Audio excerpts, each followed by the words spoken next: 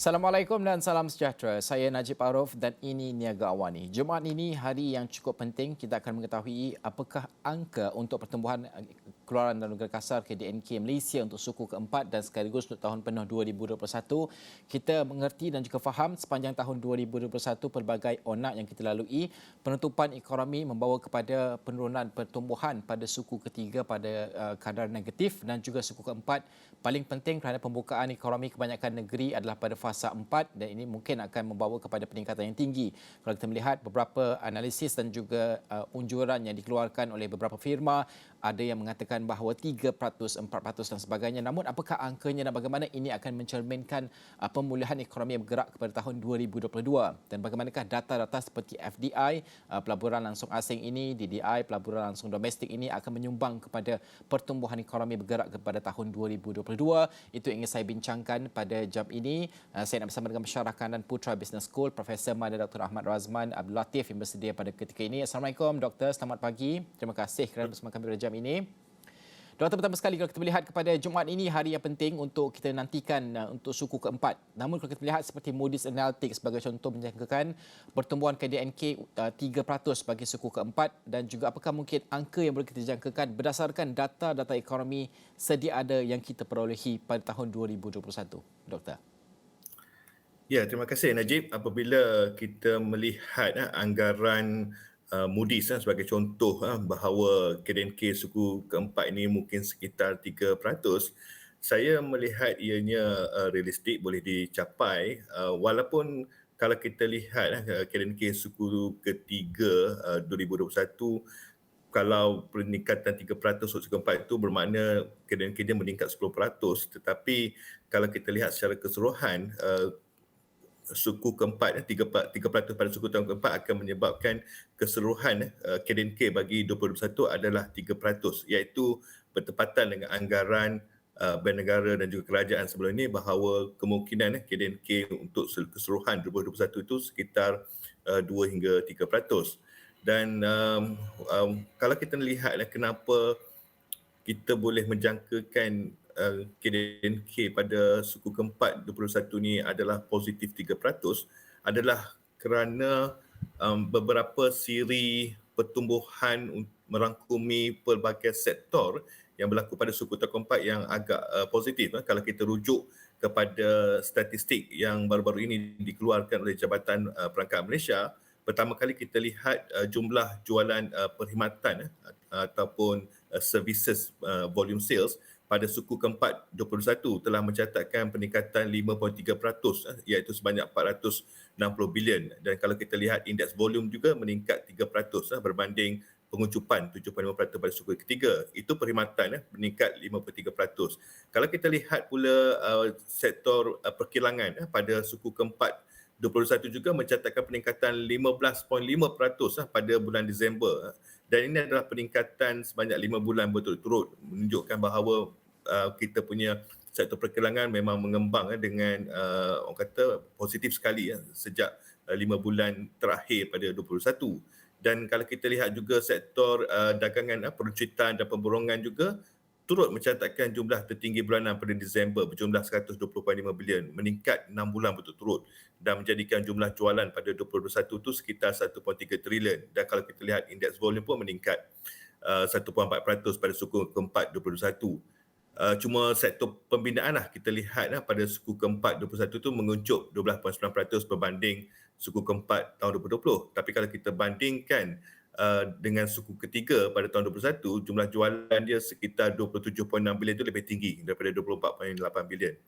Mana kita lihat sektor-sektor utama negara menunjukkan peningkatan yang amat memberangsangkan pada suku keempat 21, dan juga ditambah juga dengan data oleh Jabatan Perangkat Malaysia menunjukkan kadar pengangguran pada bulan Disember telah menurun kepada 4.2%. Sekarang ni jumlah yang masih menganggur 687,600 sudah mula di bawah angka 700,000, dan kita lihat juga jumlah pekerja telah meningkat kepada 16.14 juta pekerja pada suku keempat 21. Oleh itu, apabila saya melihat semua data-data yang telah dikeluarkan oleh Jabatan Perangkaan, memang anggaran pertumbuhan positif pada suku keempat 21 itu bolehlah dianggap realistik dan mampu menjadikan jangkaan KDNK negara keseluruhan pada tahun 2021 itu sekitar 3%. Doktor, bagaimana untuk kita melihat tahun 2022?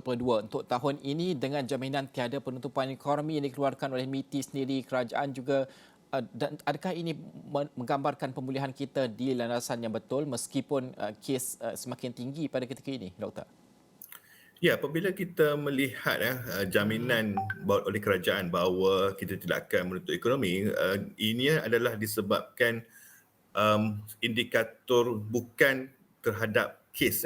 Kalau kita lihat, walaupun memang kes kembali meningkat, kalau kita rujuk laman sesawang COVID Now menunjukkan macam semalam lah kes dah meningkat ke 17,000, tetapi indikator yang penting kita rujuk adalah sebenarnya dari segi penggunaan ventilator, penggunaan ward ICU, penggunaan katil, dan apabila kita rujuk kepada trend walaupun kes meningkat beberapa hari ini, tetapi kalau kita lihat malah kadar kematian mereka yang menerima ventilasi, mereka di dalam ICU semuanya menunjukkan penurunan. Ada sedikit peningkatan tetapi penggunaannya masih rendah. Yang menerima ventilasi 33%, pesakit COVID di dalam ICU hanya 17%, dan juga pesakit COVID yang berada di hospital cuma 50%. Oleh itu, saya lihat inilah indikator yang penting. Kalau kita masih lagi mampu, sektor kesihatan kita masih lagi mampu menangani kemasukan pesakit dalam hospital, dalam ICU dan juga ventilator, tidak ada sebablah untuk kita menutup sektor ekonomi. Kita tidak mahu apa yang berlaku sejak 2 tahun lepas, ekonomi merudum menyebabkan ramai yang kata terkesan terjejas kewangan mereka, tidak akan berlaku lagi kerana sektor kesihatan kita sekarang sudah mampu menangani peningkatan kes kerana ramai sudah divaksinasi dengan penuh dan juga dapat booster lagi. Doktor, kalau kita melihat kepada mungkin risiko apa yang perlu kita perhatikan, kerana apabila Datuk Seri Syamudin mengatakan bahawa kita perlu berpindah kepada endemik, ini adalah persiapan kita melihat kepada mungkin nilai ambang kemasukan ke hospital itu menggambarkan endemik itu sudah tiba di Malaysia sebagai contoh. Apa mungkin antara risiko utama yang harus kita perhatikan yang boleh merencatkan pertumbuhan ekonomi bermula untuk tahun ini bergerak ke hadapan?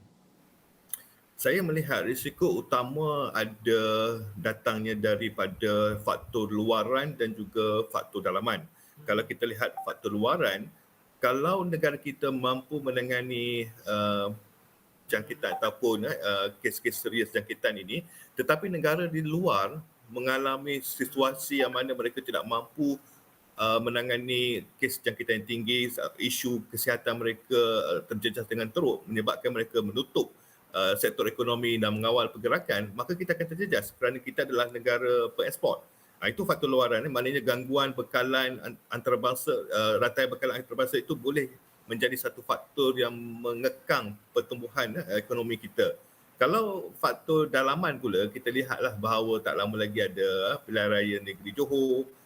Saya takut lepas ini berlaku banyak lagi pilihan raya negeri-negeri lain dan juga pilihan raya umum yang kalau hasilnya adalah satu kerajaan yang stabil, maka kita rasa bolehlah kita orang kata tangani isu ekonomi dengan lebih berkesan. Tapi kalau ianya kekal, kemelut politik itu berterusan, ia kemungkinan menjejaskan pelaksanaan polisi dasar yang telah kita rangkakan dalam RMK 12, dalam Belanjawan 2021, dalam segala dasar-dasar yang kita telah laksanakan ataupun mulakan seperti dasar agromakanan 2.0 dan sebagainya. Itu yang kebimbanganlah mungkin isu yang boleh risiko utamalah yang boleh merencatkan pertumbuhan ekonomi pada tahun ini. Okey, Doktor, kalau kita melihat ekonomi Malaysia dan juga global sebenarnya berdepan dengan gangguan bekalan susulan penutupan ekonomi sebelum ini, nak buka itu sedikit perlahanlah untuk bermula semula dan sebagainya. Adakah ini mampu mengganggu pertumbuhan? Kita mengambil contoh sebagai contoh industri otomotif, gangguan bekalan chip dan sebagainya. Ini baru satu industri, ada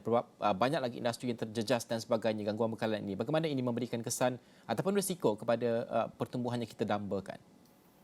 Semestinya yang memang akan memberi kesan. Kita lihat bahawa isu ketidakcukupan bekalan terutamanya chip elektronik sebenarnya telah lama berlaku sejak tahun lepas lagi, dan kita negara antara yang mengeluarkan banyak barangan elektrik dan elektronik turut terjejas kerana kita ada kemampuan untuk mengeluar tetapi kita tidak mempunyai cukup bahan mentah dan komponen sebagainya untuk melengkapkan produk kita.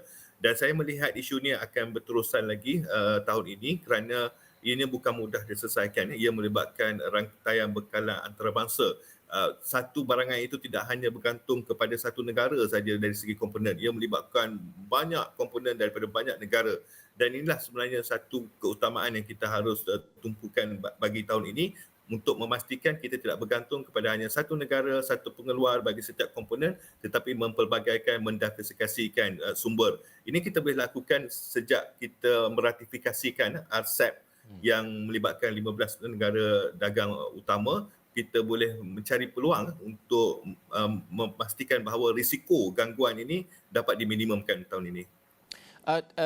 Doktor, berbaki 2 minit ini, jika pertumbuhan kita terus meningkat, sebagai contoh kita mengambil langkah yang betul melalui RCEP dan sebagainya yang akan berkuat kuasa tidak lama lagi, adakah boleh kita jangkakan mungkin kenaikan kadar faedah oleh Bank Negara lebih dari sekali tahun ini?